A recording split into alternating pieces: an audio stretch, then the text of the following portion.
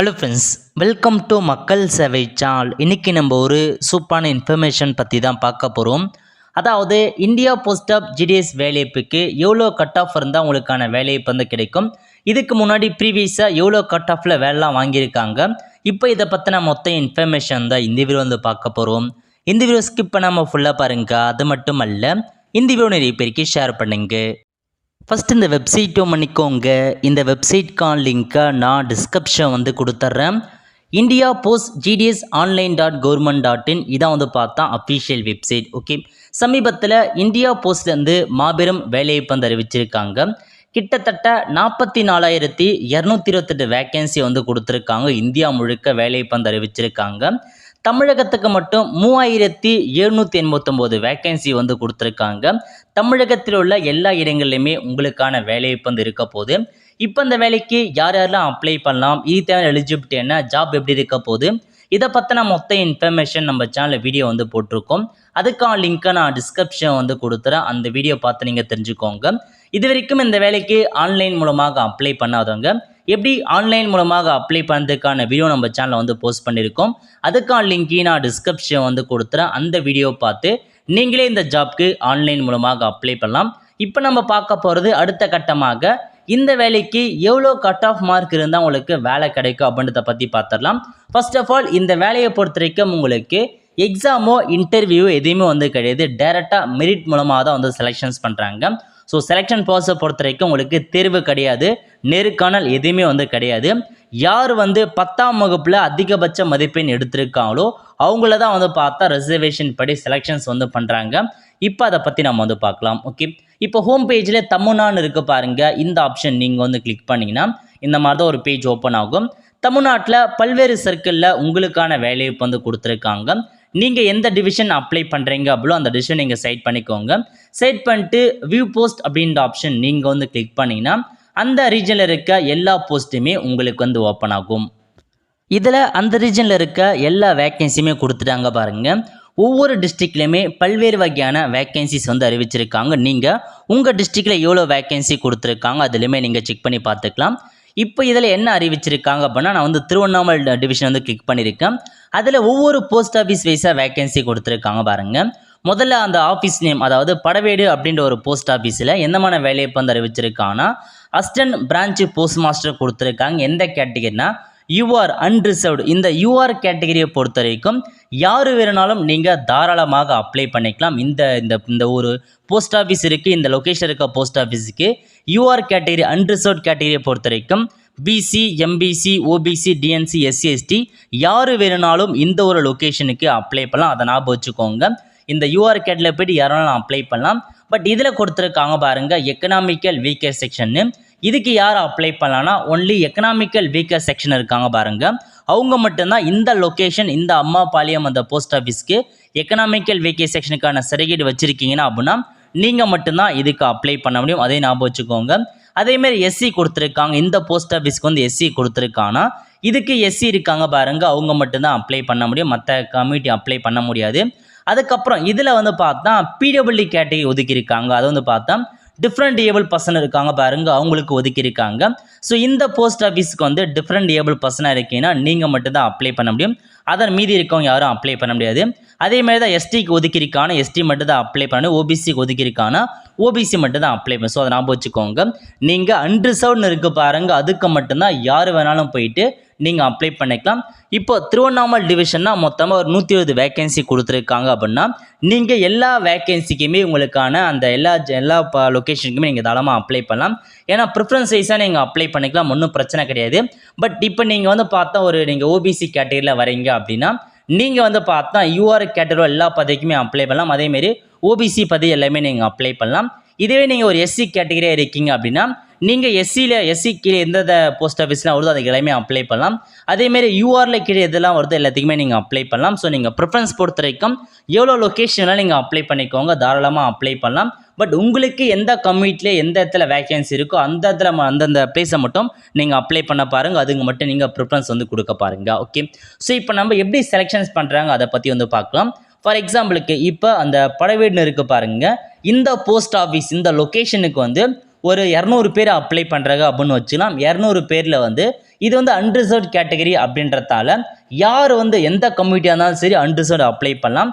இப்போ இந்த லொக்கேஷனில் யார் வந்து அதிகபட்ச 10th மார்க் எடுத்திருக்காங்களோ ஆட்டோமேட்டிக்காக அவங்களுக்கு தான் அந்த ஜாப் வந்து கிடைக்க போகுது. அது வந்து ஆட்டோமேட்டிக்காக கம்ப்யூட்டர் மூலமாக தான் மெரிட் லிஸ்ட் வந்து ரெடி பண்ணுறாங்க. மேனுவலாக வந்து யாருமே வந்து ஒரு ஹியூமன் பீயிங் ரெடி பண்ணுறது கிடையாது. ஆட்டோமேட்டிக்காக கம்ப்யூட்டர் மூலமாக தான் ஜென்ரேட் பண்ணுறாங்க. அதன் காரணமாக இந்த படவேடு இந்த லொக்கேஷன்ஸுக்கு எத்தனை பேர் அப்ளை பண்ணியிருந்தாலும் டாப் மதிப்பெண் 10வது மதிப்பெண்ணில் யார், அதாவது இந்த 10வதுல 10th யார் அதிகபட்ச மார்க் எடுத்து அப்ளை பண்ணியிருக்காங்களோ அவங்களுக்கு அந்த வேலைவாய்ப்பு வந்து போயிடும். அவங்க டாக்குமெண்டேஷன்ஸ் அப்போ போயிட்டு வெரிஃபை பண்ணி அந்த ஜாப் எடுத்துக்கலாம். ஓகே, அதுக்கப்புறம் இங்கே கொடுத்துருக்காங்க எக்கனாமிக்கல் வீக்கேஜ் செக்ஷன். இப்போ இந்த அம்மாபாளையம் அப்படின்ற ஒரு போஸ்ட் ஆஃபீஸில் எவ்வளோ பேர் அப்ளை பண்ணியிருந்தாலும் சரி, எந்த கம்யூனிட்டியை அப்ளை பண்ணியிருந்தாலும் சரி, இவங்க எக்கனாமிக்கல் வீக்கேஜ் செக்ஷன் கேட்டகரியில் யார் அதிகபட்ச மார்க் எடுத்திருக்காங்களோ 10வதுல அவங்களுக்கு தான் இந்த இடத்துல உள்ள வேலைவாய்ப்பு வந்து போக போகுது. அதே மாதிரி தான் எஸ்சி கேட்டகரி இங்கே ஒதுக்கியிருக்காங்க அப்படின்னா இந்த லொக்கேஷனில் எஸ்சி கேட்டகரியில் யார் டாப் மதிப்பெண் இருக்காங்களோ அவங்களுக்கு தான் வேலைவாய்ப்பு வந்து போக போகுது. அதேமாரி பிடபிள்னா இந்த இடத்துல பிடபிள்யூ அப்ளை பண்ணியிருக்காங்க அப்படின்னா அதில் டாப் மதிப்பெண் யார் எடுத்திருக்காங்களோ அவங்களுக்கு தான் வந்து போக போகுது. ஸோ ஒவ்வொரு லொக்கேஷன்லையுமே எந்த கம்யூனிட்டியை அப்ளை பண்ணணுன்றது தெளிவாக மென்ஷன் பண்ணிட்டாங்க. அந்த லொக்கேஷனில் எத்தனை பேர் அப்ளை பண்ணதாலும் யார் அதிகபட்சமாக இருக்குது அந்த கம்யூனிட்டியில் அப்ளை பண்ணியிருக்காங்களோ அவங்களுக்கு தான் வேலைவாய்ப்பு கிடைக்கும் அப்படின்றத தெளிவாக ஞாபகம் வச்சுக்கோங்க. ஸோ இந்த மாதிரி தான் வந்து செலெக்ஷன்ஸ் வந்து பண்ணுறாங்க. அந்த போஸ்ட் ஆஃபீஸ்க்கு யார் எத்தனை பேர் அப்ளை பண்ணதாலும் அதில் யார் அதிகபட்ச மதிப்பெண்ணோ அவங்களுக்கு தான் வேலைவாய்ப்பு வந்து கிடைக்க போகுது. ஸோ தெளிவாக பார்த்துட்டு அதுக்கேற்ற மாதிரி நீங்கள் அப்ளை பண்ண பாருங்கள். இப்போ நம்ம ப்ரீவியஸ் இயராக எவ்வளோ மதிப்பெண் எடுத்திருக்காங்க அதை பற்றி இப்போ நம்ம வந்து பார்க்கலாம். ஓகே, இது வந்து கடந்த வருஷம் 2023 ஜூலையில் ஒரு நோட்டிஃபிகேஷன்ஸ் கொடுத்துருந்தாங்க. அந்த நோட்டிஃபிகேஷன் படி யார் எவ்வளோ கட் ஆஃப்னு அப்படின்னு பார்த்துடலாம். ஸோ ஃபஸ்ட்டு வந்து அரக்கோணம் டிவிஷன்ஸ் கொடுத்துருக்காங்க. இதில் யார் வந்து ஃபஸ்ட்டு மதிப்பெண் எடுத்திருக்காங்கன்னா யூஆர் கேட்டகிரி, அதாவது அரக்கோணம் டிவிஷனில் போஸ்ட் ஆஃபீஸ் வந்து பார்த்தா அகரம் போஸ்ட் ஆஃபீஸில் 99.8% மார்க் எடுத்திருக்காங்க. அவங்க தான் வந்து பார்த்தா செலக்ட் ஆகிருக்காங்க. இந்த போஸ்ட் ஆஃபீஸுக்கு வந்து அன்ரிசர்வ் கேட்டகரி ஒதுக்கீடு செஞ்சுருக்காங்க. அதில் வந்து 99.8% மார்க் எடுத்து அவங்களுக்கு அந்த வேலைவாய்ப்பு வந்து போகுது.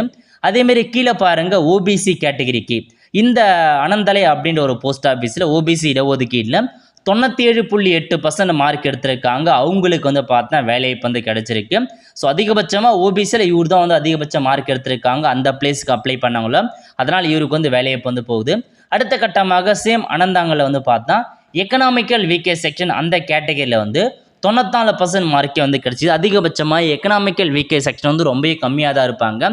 ஏன்னா வந்து பார்த்தா அவங்களால டாக்குமெண்ட்ஸ் ரெடி பண்ண முடியாது. எக்கனாமிக்கல் வீக்கேஷனுக்கான டாக்குமெண்ட்ஸ் ரெடி பண்ண முடியும். ரெடி பண்ணிவிட்டு அதுக்கப்புறம் நீங்கள் எக்கனாமிக்கல் வீக்கேஷன் கொடுக்க பாருங்கள். அப்போ தான் உங்களுக்கு வந்து கரெக்டாக இருக்கும். ஸோ அதிகபட்சமாக எக்கனாமிக்கல் வீக்கேஷனாக நீங்கள் வந்து ஒரு 90% மேலே மார்க் இருந்தாவே தாராளமாக உங்களுக்கு வந்து கிடச்சிடும். ஒன்றும் பிரச்சனை இல்லை. அதுக்கப்புறம் வந்து பார்த்தா எஸ்சி கொடுத்துருக்காங்க பாருங்கள். எஸ்சிக்கு வந்து ஐலம் அப்படின்னு ஒரு போஸ்ட் ஆஃபீஸில் 96.6% மார்க் வந்து எடுத்துட்டாங்க. ஸோ இதான் பேசிக்காக உங்களுக்கான ஒரு கட் ஆஃப், நார்மல் கட் ஆஃபாக ஒவ்வொரு லொக்கேஷன்லையுமே கொடுத்துருக்காங்க. ஒரு சிலாம் பாருங்கள் பிடபிள்யூடி கேட்டகரிக்கு வந்து பார்த்தா 93.4% வந்து கிடச்சிருக்கு. அதேமாரி பிடபிள்யூ கேட்டகரியில் வந்து பார்த்தா 88% மார்க் நிறைய பேருக்கு வந்து கிடச்சிருக்கு. ஸோ இதை நீங்கள் வந்து பார்த்தா செக் பண்ணி பார்த்துக்கோங்க. ஆல்மோஸ்ட் எல்லாமே நார்மலாக ஓபிசி கேட்டகரி எஸ்சிஎஸ்டி கேட்டகரியாக இருக்கீங்க அப்படின்னா 98, 95 அந்த மாதிரி தான். ரேராக தான் 95, 96 இருக்கும். இது எல்லாமே வந்து 97% மேலே மார்க் எடுத்திருக்கீங்க அப்படின்னா மட்டும்தான் 100% நீங்கள் வந்து பார்த்தா ஓரளவுக்கு ஷூராக வந்து சொல்லலாம். நீங்கள் 99 எடுத்துகிட்டா 100% உங்களுக்கு வேலைவாய்ப்பு வந்து கிடச்சிடும். ஸோ இந்த மாதிரி 97க்கு மேலே இருக்கீங்கன்னா ஓரளவுக்கு கான்ஃபிடென்ட்டாக உங்களுக்கு ஜாப் கிடைக்கிற நம்பிக்கை நீங்கள் இருக்கலாம். ஸோ அதுக்கு கீழே 90% கீழேலாம் இருக்கீங்க அப்படின்னா நீங்கள் அப்ளை பண்ணுறதே வேஸ்ட்டு. ஸோ நீங்கள் 90% கீழே இருக்கவங்க யார் அப்ளை பண்ணலான்னா economical weaker section PWD category different able person அவங்க அப்ளை பண்ணலாம் 90% கீழே இருந்தாலும். பட் நீங்கள் வந்து நார்மலாக ஓபிசி எஸ்சி எஸ்டியாக இருக்கீங்க அப்படின்னா 95%க்கு மேலே இருக்கவங்க மட்டும் அப்ளை பண்ணுங்கள், அப்ளை பண்ணாதீங்க. 95%லாம் எப்படி கிடைக்கும் அப்படின்னா நீங்கள் ஃபஸ்ட்டு ரிசல்ட் அப்போ கிடைக்கிறனாலும் உங்களுக்கு ரிசல்ட் 2, ரிசல்ட் 3 மாதிரி 4-5 லிஸ்ட்லாம் வந்து வெளியிடுவாங்க. அப்போ உங்களுக்கு வந்து கிடைக்கும். இது வந்து பார்த்தா போன வருஷத்துக்கான லிஸ்ட்டு 3 கொடுத்துருக்காங்க பாருங்கள். இதில் அதிகமாக எல்லாமே வந்து பார்த்தா 95%, 97% அந்த மாதிரி தான் வந்து கிடச்சிருக்கு. ஏன்னா 3வது லிஸ்ட்டாக வெளியிட்டிருக்காங்க. எதன் காரணமாக 4-5 லிஸ்ட்லாம் வந்து போகுதுன்னா இப்போ ஃபஸ்ட் லிஸ்ட்டில் வந்து 3789 பேர் வந்து தமிழகத்தில் வந்து செலக்ட் ஆகிட்டாங்க. அவங்க அடுத்த கட்டமாக சர்டிஃபிகேஷன்ஸ் வந்து போவாங்க. அந்த சமயத்தில் நிறைய பேர் வந்து அந்த ஜாப்க்கு வந்து போக மாட்டாங்க. ஒரு சில பேர் வந்து டாக்குமெண்ட் சரியாக இல்லாமல் இருக்கும். அந்த மாதிரி இருக்கவங்கள அப்ளிகேஷன் ரிஜெக்ட் பண்ணிவிட்டு திரும்ப இன்னொரு செகண்ட் லிஸ்ட்டில் மீதி 2வது இடத்துல யார் இருக்காங்க. ஸோ ஃபஸ்ட்டு செலக்ட் ஆகிட்டாங்க பட் அவங்க ரிஜெக்ட் பண்ணிட்டாங்கன்னா அதுக்கடுத்து யார் இருக்காங்களோ அவங்களுக்கு ஆட்டோமேட்டிக்காக அந்த வேலைவாய்ப்பு வந்து போகும். இந்த மாதிரி வந்து பார்த்தா கிட்டத்தட்ட ஒரு 7 லிஸ்ட்டு கண்டிப்பாக வரதுக்கான வாய்ப்பில் இருக்குது. அந்த மாதிரி சமயத்தில் 95-96% மார்க் எடுத்திருக்காங்க பாருங்கள், அவங்களுக்கு வந்து சான்ஸ் கிடைக்கும். ஸோ நீங்கள் வந்து 95க்கு மேலே இருக்கீங்க அப்படின்னா தாராளமாக அப்ளை பண்ணுங்கள். ஸோ பெண்களாக இருக்கீங்கன்னா உங்களுக்கும் அதே விஷயம் தான். பட் இருந்தாலும் நீங்கள் எவ்வளோ மார்க்கு தான் அப்ளை பண்ண பாருங்கள். ஏன்னா இது வந்து பார்த்தா உங்களுக்கு ஃப்ரீயாக தான் வந்து பார்த்தா பேமெண்ட் கிடையாது. ஸோ முடிஞ்சளவுக்கு ட்ரை பண்ணலாம். ஸோ மீதி இருக்கவங்க நீங்கள் வந்து பார்த்தா நார்மலாக வந்து ஓபிசி எஸ்சி எஸ்டியாக இருக்கீங்கன்னா 95%க்கு மேலே இருக்குது, இல்லை 90% மேலே இருந்தால் கூட நீங்கள் அப்ளை பண்ண பாருங்கள். அதுக்குள்ளே இருக்குன்னா தயவுசெய்து நீங்கள் அப்ளை பண்ணாதீங்க. அப்ளை பண்ணதே வேஸ்ட்டு தான். ஸோ மீதி இருக்கவங்க பிடபிள்யூ கேட்டகரி எக்கனாமிக்கல் வெக்கி செக்ஷன் நீங்கள் மட்டும் வந்து பார்த்தா 90% கீழே இருந்தாலும் நம்ம அப்ளை பண்ணுங்க, ஓரளவு கிடைக்கிறதுக்கான வாய்ப்பில் இருக்குது. ஸோ முக்கியமான இன்ஃபர்மேஷன், அப்ளை பண்ணுறவங்க நிறையா ரிசர்வேஷன், அதாவது நிறையா கொடுத்து அப்ளை பண்ண பாருங்கள். இதில் வந்து பார்த்தா ஒரு 170 வேகன்சி கிட்ட கொடுத்துருக்காங்க அப்படின்னா இதில் எலிஜிபிலிட்டி உங்களுக்கு ஒரு 90 வேகன்சி 90 பிளேஸில் உங்களுக்கு எலிஜிபிலிட்டி இருக்குன்னு காமிச்சு அந்த 90 பிளேஸ்க்குமே நீங்கள் ப்ரிஃபரன்ஸ் கொடுத்து அப்ளை பண்ண பாருங்கள். அப்போ தான் ஒரு லொக்கேஷனில் இன்னொரு லொக்கேஷன் கிடைக்கிறதுக்கான வாய்ப்பில் அதிகமாக இருக்குது. ஸோ இதான் உங்களுக்கான ப்ரீவியஸ் கட் ஆஃப்கான இன்ஃபர்மேஷன். ஸோ இதில் மதிப்பெண் எடுத்தால் மட்டும்தான் உங்களுக்கான வேலையை வந்து கிடைக்கும். ஸோ இந்த மெத்தட் மூலமாக நீங்கள் வந்து ஸோ பார்த்துட்டு அதுக்கேற்ற மாதிரி நீங்கள் அப்ளை பண்ண பாருங்கள். ஆல் த ஃப்ரெண்ட்ஸ், கண்டிப்பாக இந்த இப்படி செக் பண்ணுங்கள். அது மட்டும் அல்ல, இந்த வீடியோ நிறைய பேருக்கு ஷேர் பண்ணுங்கள். அடுத்த ஒரு நிலையில் சந்திப்போம். நன்றி, வணக்கம்.